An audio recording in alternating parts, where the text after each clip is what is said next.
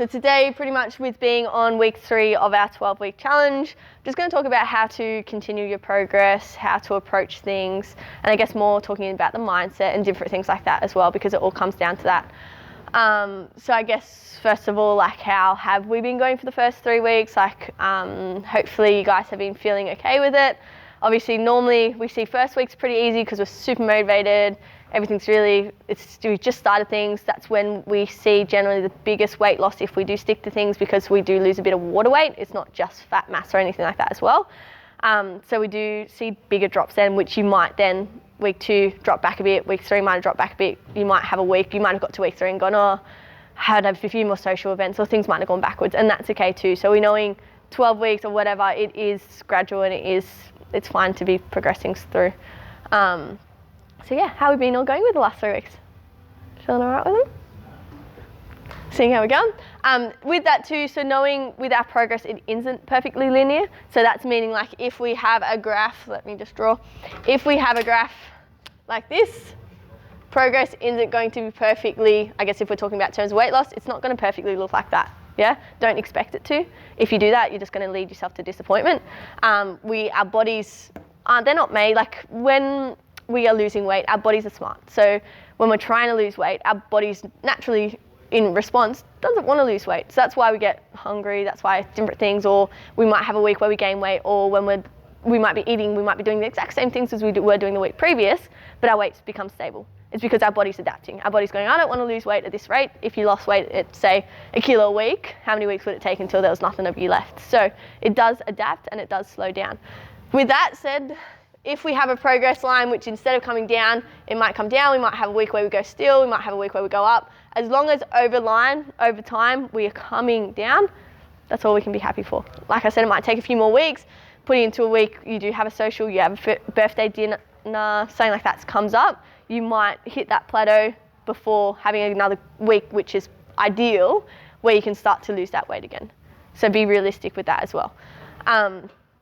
So like I said, and when we're talking about weight loss too, it's not a glamorous, weight loss is boring. Like, it's not going to be perfect. Like, it's going to take time, and you're going to have hard weeks, you're going to have good weeks. It's just knowing, okay, just keep sticking to it and keep chipping along, and that should help it. Yeah? When we are dieting, I had this conversation with you last week, Jess. When we're dieting, we're trying to eat as many calories as we can, okay? That probably sounds contradictory and it probably sounds confusing. But when we're dieting, I'm going to use 2 people as an example. One person, they're eating 2,000 calories a day. Next person's eating 1,600 calories a day. Obviously, a 2,000 person has a lot more lenience. They have a lot more flexibility to do things. So say both persons' maintenance was around 2,500 calories, okay? Don't get complicated with the numbers, just saying both people were maintaining their same body shape, everything, and their maintenance is, say, 2,500. One went down to 2,000, one goes, oh, the more the better, I'm gonna go down to 1,600. Sure, it sounds good in theory. Sure, this person with the 1,600 calories might lose more weight initially, but what's gonna happen in a couple weeks' time is who's gonna be more likely to stick to their diet? The 2,000 person, because they got more flexibility. They can go out for dinner and stuff like that and go and eat that and still be on track, if that makes sense, as opposed to the person down here. The other concept is, like I said, progression isn't linear. Our body doesn't want to forever lose weight, so we do get to the point where our body goes, okay, I want to slow things down because I don't want to be losing weight at this rate forever. It's not that your metabolism's screwed up or anything like that. It's just your body's smart, yeah? If we go back thinking of evolution, stuff like that, when people were in famines or stuff like that, when food was super scarce, the body was smart. The body went, okay, I'm going to reserve this energy. So it's the same process as happening now. It's just that it's not what we want, because we go, oh, I'm eating less food, I'm trying to lose weight, my body doesn't want to. So that's what's happening there. So like I said, in comparison, that 2,000, that 1,600 calorie person, when that plateau comes, we want something to be able to change. Obviously, the 1,600 person, they don't have much room to play with now because they've already gone too hard too soon. 2,000 person, they can go, okay, I'll take off another 100 calories and continue losing weight. And then same thing, they've got weeks and weeks until they get to the point where that person went too hard too soon. So keep that in mind. Like I said, when you're doing progress and when you're trying to make it prolonged, we want it to be gradual. We don't want to do super restrictive things because it's going to be harder for our body to make continual progress. Not only that, it's harder to stick to. That 1,600 calorie person, 8 weeks comes around, they're more likely to go, okay, I give up, I can't do this anymore, and they'll go back and blow out, maybe it's at like well beyond their maintenance, as opposed to the person who's done it gradually. Okay, so that's just something to consider. With that too, obviously our bodies and adapting, it does take time. It does depend on what we've been doing for years prior. If we have been constantly in a state of dieting and different things like that too, that person is going to struggle more to lose weight than the person who's been spending time in maintenance, spending time in building their calories up, anything like that, because it gives them somewhere to play with. Does that all make sense? Yeah? Do you guys have any questions or want me to clarify any more of that? No? All right, so like I said, it's just gradual changes, giving it time, and knowing that we don't have to diet forever. We can spend some time bringing our calories back up. I will go down that a bit further, diet breaks, and then talking about, last couple of weeks I talked a bit about reversing or playing with intakes and stuff like that.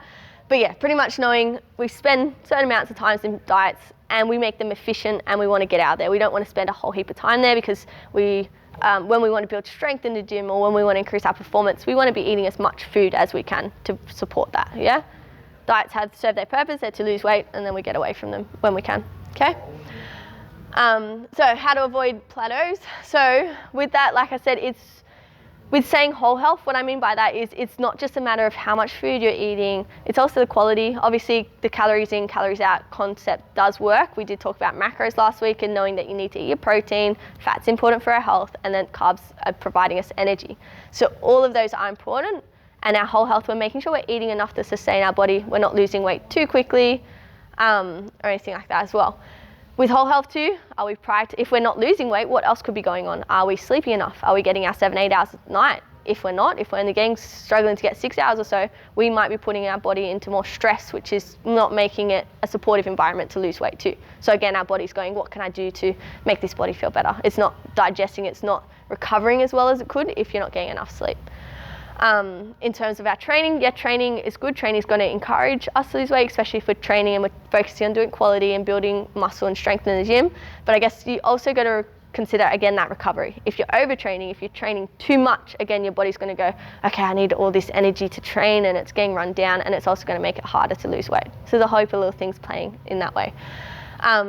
Again, talking about our micronutrients, so talking about eating enough fruit and veggies, enough whole grains, and enough quality foods, that's also important for our body to be more efficient at losing weight. If we're not prioritizing that whole picture, that whole health, and we're just focusing on our basic meals, but we're not adding much fruit and veggies or anything like that in, it's also going to make it harder for our body, because those are like having a multivitamin. Those are going to make our body run more efficiently, which means we're going to be able to lose weight easier.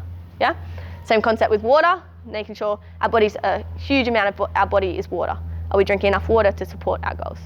If we don't know how much water we're drinking, look at your current body weight, divide that by 30, and for every 30 kilos, you should be drinking about a litre of water, yeah? So for most people, that's 2 litres, 3 litres. And then if you then consider training, now it's getting sweaty in summer, we're going to be losing even more water, replace that water that we're losing. So again, if we drink more water, that's going to help us transfer and everything in our body so that we can more efficiently down the track lose weight as well. So that's everything there. Obviously, like I said, prioritizing everything. It's looking at that big picture instead of going, oh, why aren't I losing weight? Are we getting all those things in check before we consider supplements and consider going on some other drastic, like get everything in check and make sure your whole health is right so that everything is ready to make it easier. We also know too that when we don't get enough sleep and stuff, our cravings are higher. We're more likely to eat sugary foods and stuff like that. So it's also considering that part of it too. And yeah, if our moods, it's obviously sleep and our moods, they're all impacted. And if we're having those all impacted, it's going to make it harder to lose that weight as well. If everything of those are in check, obviously then what do we do to continue weight loss? So say, like I said, maybe you've been eating similar foods for the last 3 weeks and you've been losing weight steadily. Maybe it's slowing down. Maybe it's not slowing down yet, but it will in the coming weeks. What do we do when that happens? So there's 2 options. Obviously, we can decrease our intake slightly. Whether it doesn't matter if you're tracking or not, we can obviously, with awareness, it might be if you're not tracking, you've been having a cupful or a handful of carbs at the moment. Maybe you might divide that and have half a handful in your meals. Again, just making that slow difference. But we're reducing generally our intake. And again, we're not making drastic changes. It might only be taking away another 100 calories each week and not doing that every week, doing that until it doesn't happen again. Like I said, back to that concept, we're trying to diet on as many calories as possible. So we don't want to make any reactionary changes, which is natural. We're talking about that linear. We might have a week where you go, oh God, I've gained some weight, or my weight's not moving this week, and your first instinct is, oh, I want to eat less food next week or tomorrow. Don't do that straight away. Wait another week, see if that same trend is happening, and then consider it. Also consider too, when are you weighing yourself in the day? Are you doing anything else than weighing yourself? Are you taking measurements?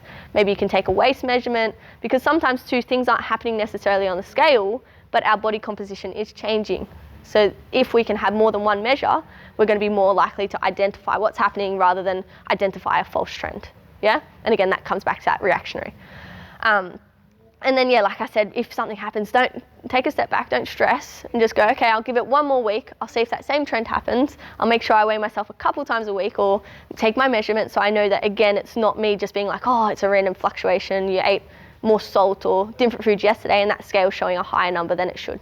So always just try be objective with those measures and try as best you can to just do it gradually. So that's that concept there. We're talking about, before I go into weight fluctuations, so some of you guys might have steady weights, or you might jump on the scale and some days you go, how did I gain a kilo overnight or from yesterday's morning's weigh? And it doesn't make sense. Like I said, what I like people to use is a weekly average. So instead of using, okay, my check-in day's on Monday, and your Monday, you're only taking that Monday weigh-in, and some weeks it's higher, some weeks it's lower. Instead, look at, it doesn't have to be every day, but maybe you're looking at 4 days of weight. If you're checking the scale, 4 days, and you're taking that average and then using that average each week. That's more than likely going to show a trend. You might have a lowest weight that you've hit that week, but then you also hit a higher weight and it feels like it's going like that. But if you look at that weight average, hopefully you're losing 200, 500 grams in that week. So that's a better way to look at it. Just so, like I said, you're not getting one day where you go, oh, my weight's gained, because things that can affect our weight, we can have increased salt intake. Increased salt intake can cause us to hold on to more water. So it's not real weight gain, it's water gain. Our digestion, what time you ate your meals. It's not that eating a meal at any time, like I spoke about last week, is a bad thing. But if you eat your meal later, or your meal timing's been different and your digestion's playing differently, you might weigh in a bit heavier the next day. Again, that's just undigested food or digesting food and water. So it's not real weight. Same thing with our training. You know, when you've had your heavy sessions and you pull up super sore the next day, your bodies, when we train, our bodies have little tears in our muscles. So to recover that, it takes time.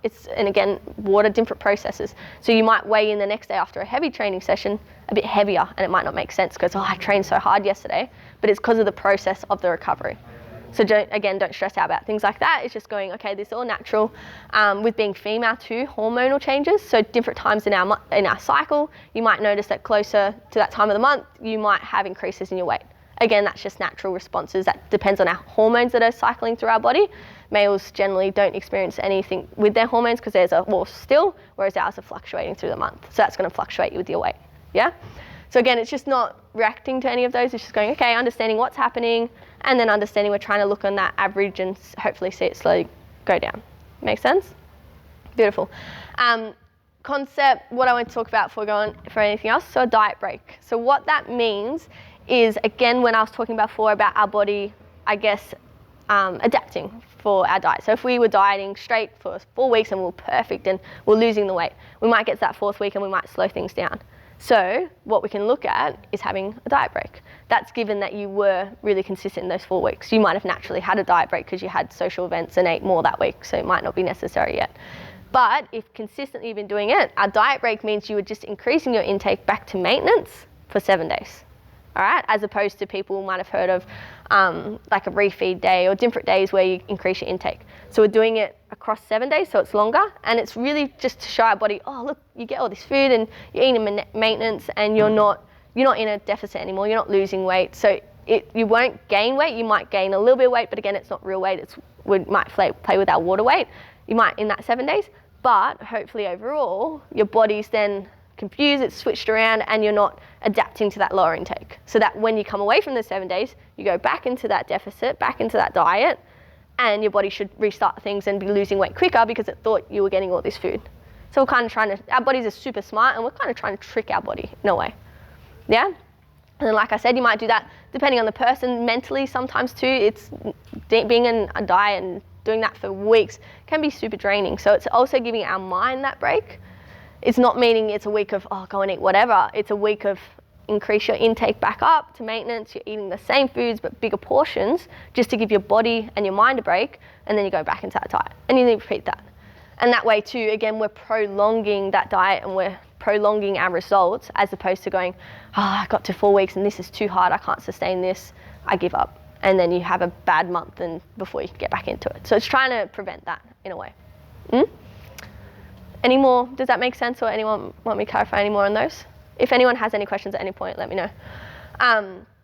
Mindset, so mindset is super important when we're coming to our dieting too. We know that it's not just a matter of, like, as ideally as we want, food is fuel and we've got to eat different foods to support our body.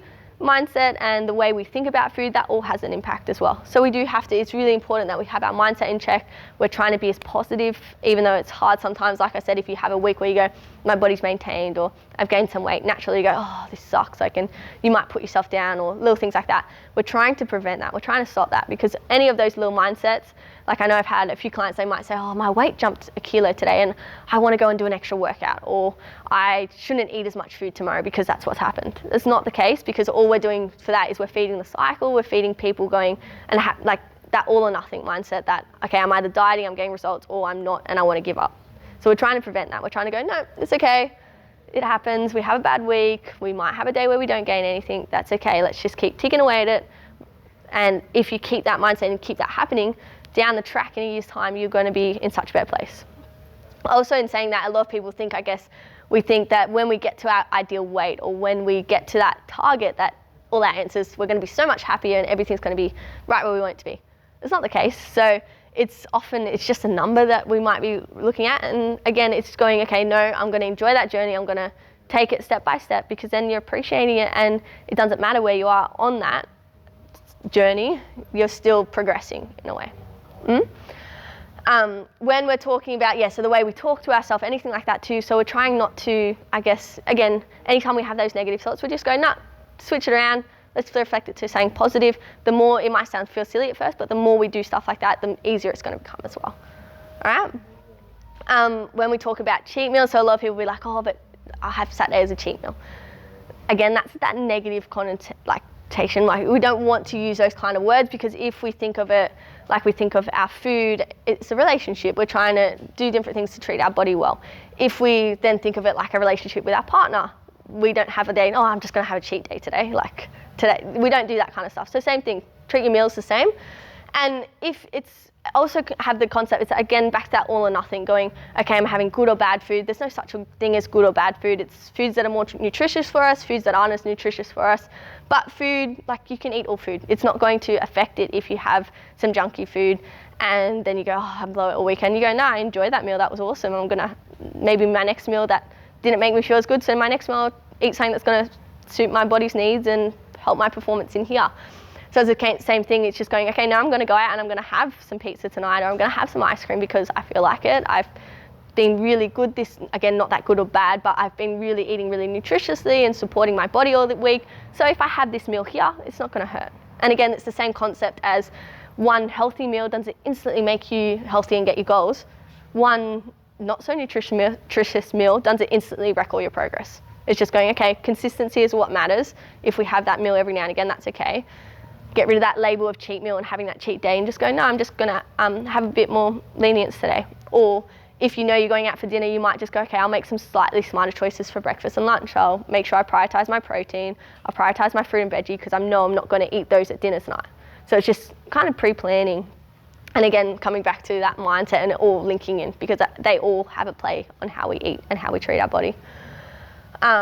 And then finally, do our research. So just what I meant by that is if someone tells you, but like keto is really good, keto makes you lose weight. It might work for them, cool, but it doesn't mean that it is scientifically proven to get you results or that it's going to work for you, and that's fine. So find what works for you.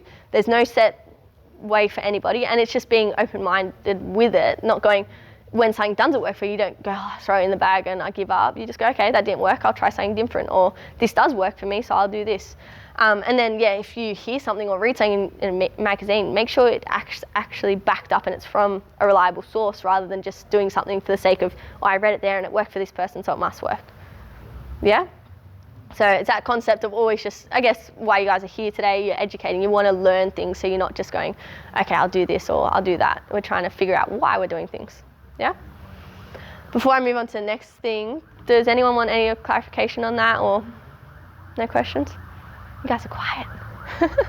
All right, so we'll go on just a few other little bits and bats. So meal prepping, when we're talking about meal prepping, like it's not 100% necessary. Meal prepping can just be useful. So it's kind of like if we're coming into a week and we know, okay, I'm going to be busy all day, I'm going to go to the gym straight after, I'm going to struggle to go make a meal. If we have something prepped already for us, it's going to be more inclined to eat that and eat something good for us instead of just going, okay, nah, I'm lazy, I'm just going to get takeaway on my way home. So it's just kind of having that forward step of going, okay, this is busy, I'll do this.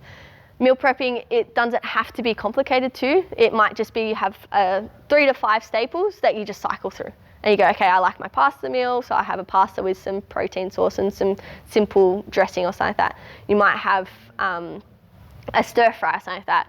And you might have like a bolognese or like something like that. So something that's covered all those protein, we've got our carbs, we've got our fat, and we've got our fruit and veggies in there. And we're just cycling through them because we enjoy those foods. So again, it's kind of finding what your preference meals are, what works for you, what's convenient to make for you, and what you enjoy, rather than me going, no, you have to eat spaghetti bolognese because that ticks everything. It's just going, okay, so my meals might be XXX and you're cycling through them. So ideas on and how we can do it so we're not prepping, like so we're not having to spend like a whole day in the kitchen or anything like that. How can we go about that so we are prepared, but we're not blowing out our time or anything like that? Make dinners in bulk. So often, like if I'm making a dinner on a Monday night, I'm making a stir fry, something I enjoy and something I know that doubles well as a lunchtime. I'll make it so it serves 10 people, even though I know I'm only going to be, me and my partner are going to be eating it. Then I've got 8 meals left over. I can pack them away in containers. I can put them in the freezer if I don't think I'm going to eat them in the next 4 days. And then when it comes to a week later and I go, oh, I can't be bothered to make anything tonight, I go, oh, I've got that food in my freezer already for me. That's a super simple way of prepping something. You might do that for 3 nights, knowing you've got 3 different meals. You put away 8 containers for each. You've now got a huge stock of meal prep in your freezer that you can pull out and reheat at any time. So simple things like that. It doesn't have to be complicated. We then also can look at, can we buy frozen? If we think we don't have veggies on hand all the time, buy some frozen veggies so that when you run out of your fresh stuff, you always have frozen veggies on hand for those emergency meals. Same thing with frozen fruits, so something for smoothies or on like anything like that. If we have frozen fruits as well as our fresh, we've always got that backup supply if we didn't get a run to the shop today. Also tin foods, if we can have some tin chickpeas, lentils, different variations as well of foods that we can again have tuna or anything like that. If we have that for convenience, we know, oh, I don't have time to get lunch today, I don't really want to buy something, I know I have that, and maybe you can pick up a pre-made salad on the way from the supermarket, anything like that. So it doesn't have to be super complicated. Also knowing that certain foods like you can have a sandwich, bread's not bad for you, it's just going, we can have a sandwich and things like that too. That's convenient as go buy a roast chicken from the shop, buy some sandwich, buy some salad leaves, and there you go, you got a convenient lunch. So it's not overcomplicating things too and thinking that meal prep is your chicken and broccoli and rice. It's not that kind of food. It can be, like I said, my favorite, I love stir fries and stuff like that, but like a lasagna or like, and again, you can just make better variations where you're adding in your vegetables like an eggplant as a pasta sheet instead, just to make it that little bit lower in calorie if you are in a dieting phase. So it's, and then yeah, different foods like that. If you enjoy something, look at a way of how we can make it slightly better. So we just play a meal, what I like to call a meal improvement game. So you find your meal, you go, how can I make this that little bit better? Does it have protein in it? If it doesn't, how can I increase it? Does it have fruit and veggies in it? If it doesn't, how can I have more of that fruit and veggies? If it's high carb or high calorie because it's got heaps of pasta sheets in it, can I substitute some of that pasta and put a fruit more veggies in? So we're still getting that same meal, but we're getting more satisfied for fewer calories, which is going to support us in losing weight. Yeah, so like I said, it's not overcomplicating things, it's just having that plan ahead of time.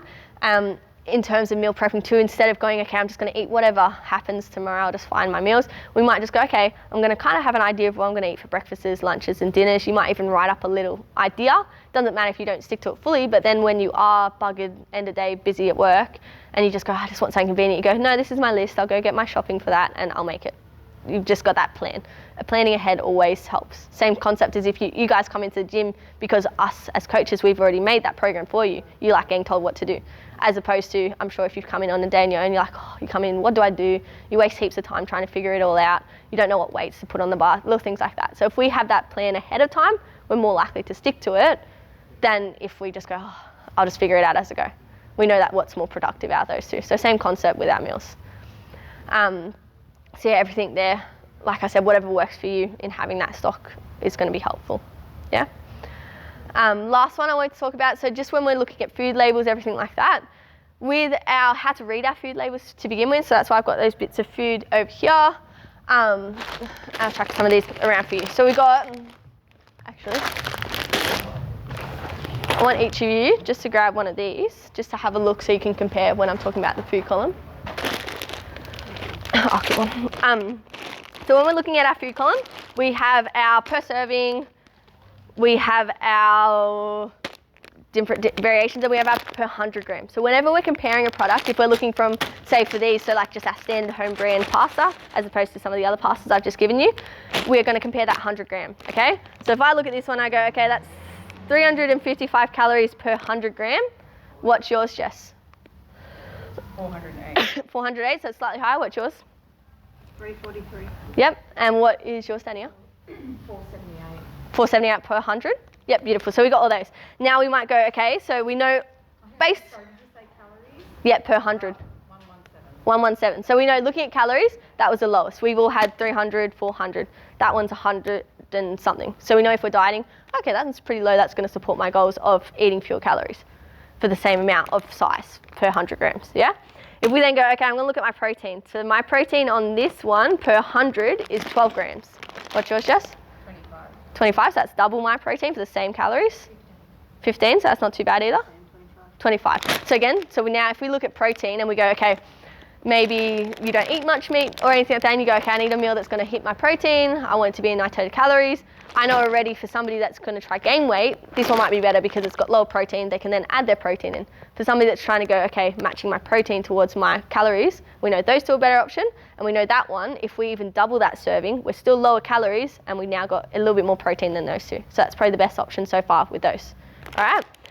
We then, carbs, fat, we might look at those kind of things. What I'm going to skip through, I want you guys to look at your fiber. So this one's got 3.5 grams per 100 grams of fiber. What's yours, Jess? 15. So that's a way, when I'm talking about fiber and talking about digestion, that's a way better bet than my 3.5 grams. 7.9. 7.9, so that's not too bad. It's double this one. And 10 grams. So again, they're all better options in this in terms of our fiber, in terms of our protein, everything like that. That's a bit better, yeah? So that might be something to consider. Next thing we consider though is always our taste as well. We enjoy food.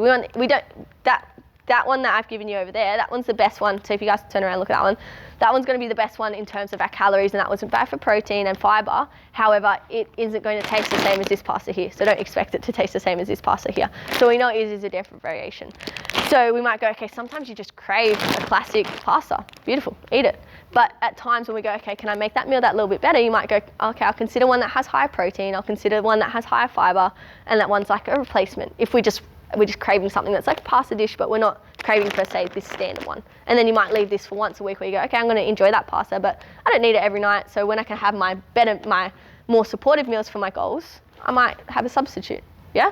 So those are just those variations, and these are all ones that you can just get from the supermarket. So this one obviously, you know, is just in your classic pasta. That one's in your classic pasta. So I'll grab that one off you now. So this one's just in classic pasta too, and then those ones are like a health food aisle one because that one's a chickpea, and then that one's another variation of a soybean or a chickpea pasta. Yeah. So again, that's just a common example. So we're knowing, okay, whenever I look at a package, that's where I look. Okay. What I'll pass around now is our two. You guys can just put that down. I'll grab it off you later. So peanut butters, yeah? So again, this is just, I grabbed these two because when we're now looking at the ingredient list, we know I look at this one here and I go, okay, contains peanuts. So all that's in it is peanuts. It's a pretty good bet.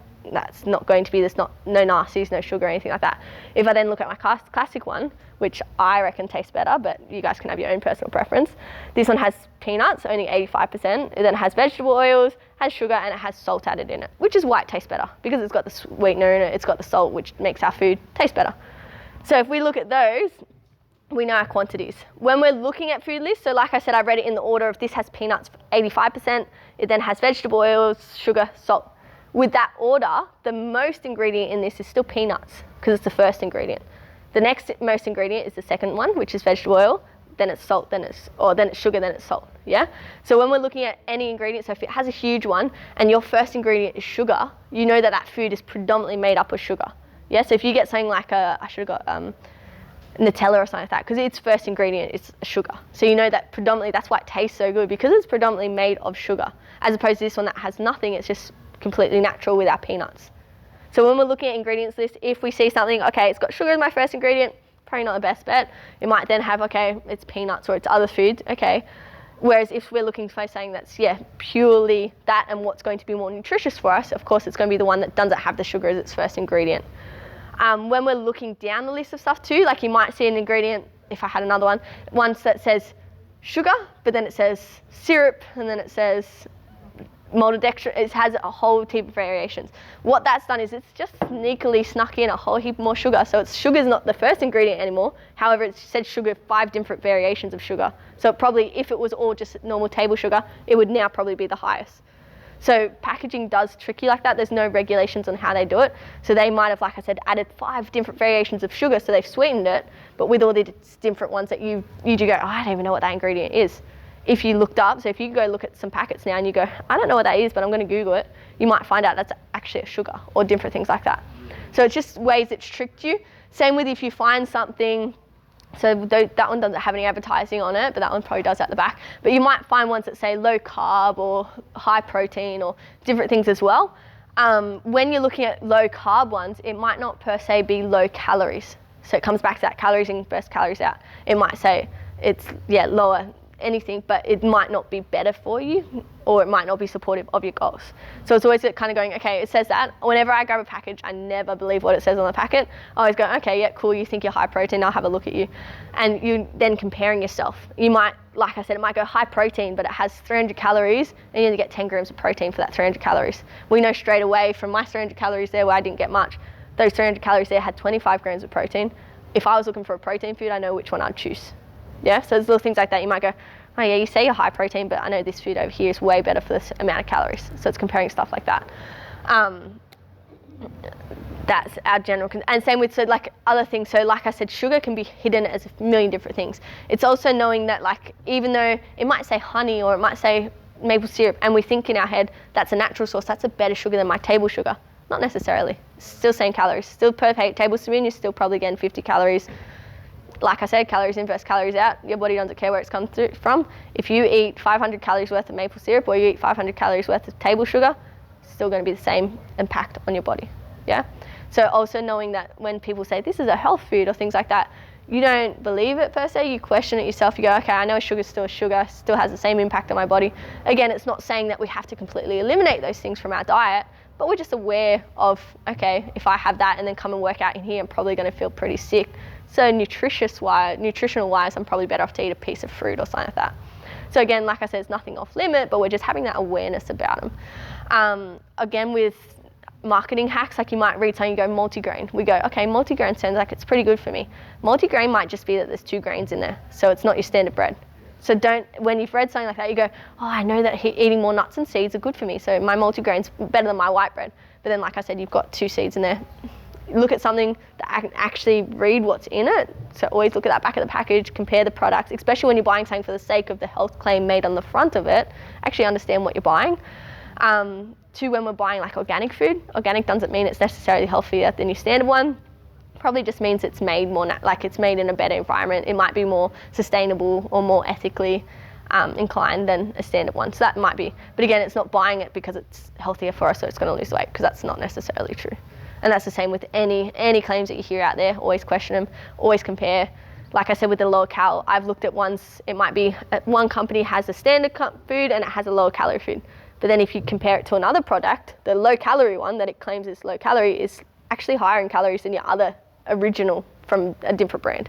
So I've seen that a lot, like just going, like I said, I go, okay, I'm going to actually question this, compare it to another, go, that's just a marketing gimmick. They've added $3 on that because it's a health food when they've just tricked me and it's not actually. So it's always comparing things like that. Yeah? So If you haven't been looking at your food, now you might start looking at your food with that kind of stuff. So yeah, that's pretty much everything there. We compared those products. So the only other thing I want you guys to do, I've got food scales over there, so we can just come over now. And I just want you to do some measurements just to kind of see like what do we think is a 30 gram and what is actually or anything like that, just for the sake of it. Because like I said, you might go, okay, I'm eating super healthy and I'm doing all this stuff, but I'm not losing weight. But you're like, oh, but I'm only eating 10 grams of peanut butter. Whereas when we know, oh, that peanut butter's good, I'm going to get a bigger spoonful, you might be eating 40. And 40 gram, like the comparison, it might be a couple hundred calories, which could have been what your diet was initially set at. So you don't realise those things. So, and same with, you might go, oh, I'll just pour a bit of pasta in.